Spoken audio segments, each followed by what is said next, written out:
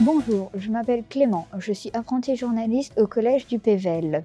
Est-ce que vous écrivez toujours ce que l'on vous demande? Car nous, à notre collège, nous écrivons toujours ce que nous voulons. Merci pour ta question, Clément. Moi, c'est Alicia, je suis journaliste pour Ta Voix. Alors, un journaliste est indépendant, c'est-à-dire que quand on lui soumet une information, il va chercher à la vérifier. Pour cela, il va donc rencontrer et interroger différents interlocuteurs qu'on appelle des sources. Et l'objectif d'un journaliste, c'est de rendre compte de ce qui s'est passé en essayant d'être au plus près de l'actualité de l'événement qui s'est produit. Alors malgré tout, un journaliste peut subir des pressions, qu'elles soient politiques, économiques ou autres. On peut essayer de lui faire dire quelque chose.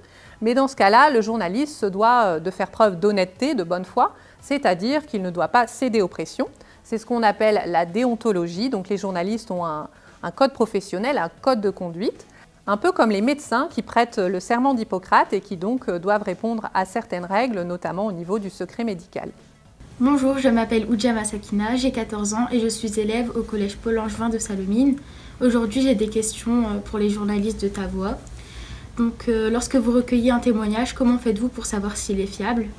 Merci Sakina pour ta question. Alors, un journaliste, pour savoir qu'un témoignage est fiable, va recouper l'information, comme je le disais.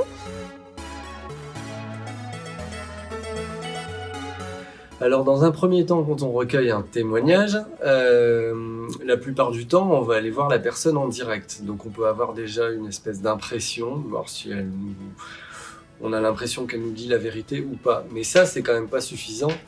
On peut pas se fier juste à une impression. Nous, les journalistes, forcément, ce qu'on va faire après avoir recueilli un témoignage, c'est qu'on va quand même vérifier, recouper les propos qui nous ont été tenus. Alors, ça peut se passer de plusieurs manières. C'est qu'on peut contacter d'autres personnes qui peuvent avoir été aussi témoins de la même chose, ou en tout cas qui ont connaissance des faits qui nous sont relatés, pour voir si elles nous donnent une version équivalente.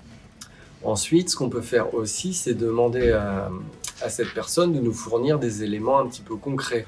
Si on nous parle de quelque chose de précis, la personne a peut-être des courriers ou des documents qui peuvent attester de ce qu'elle nous raconte. C'est le travail des journalistes d'aller vérifier toutes ces choses-là pour s'assurer que le témoignage que l'on a recueilli est fiable et juste. C'est la différence avec les fake news, de fake et news, donc fausses nouvelles, dont tu as sans doute entendu parler, Sakina, qui sont colportées souvent sur Internet et qui, pour le coup, n'ont pas vraiment de fondement. On va donner une information sans avoir vérifié avant si elle était vraie ou pas. Mais évidemment, un journaliste peut aussi se tromper. Malheureusement, l'erreur est humaine. Mais donc, la différence dans ce cas-là, c'est qu'un journaliste professionnel va reconnaître qu'il s'est trompé et puis il va ensuite rectifier l'information qu'il a donnée.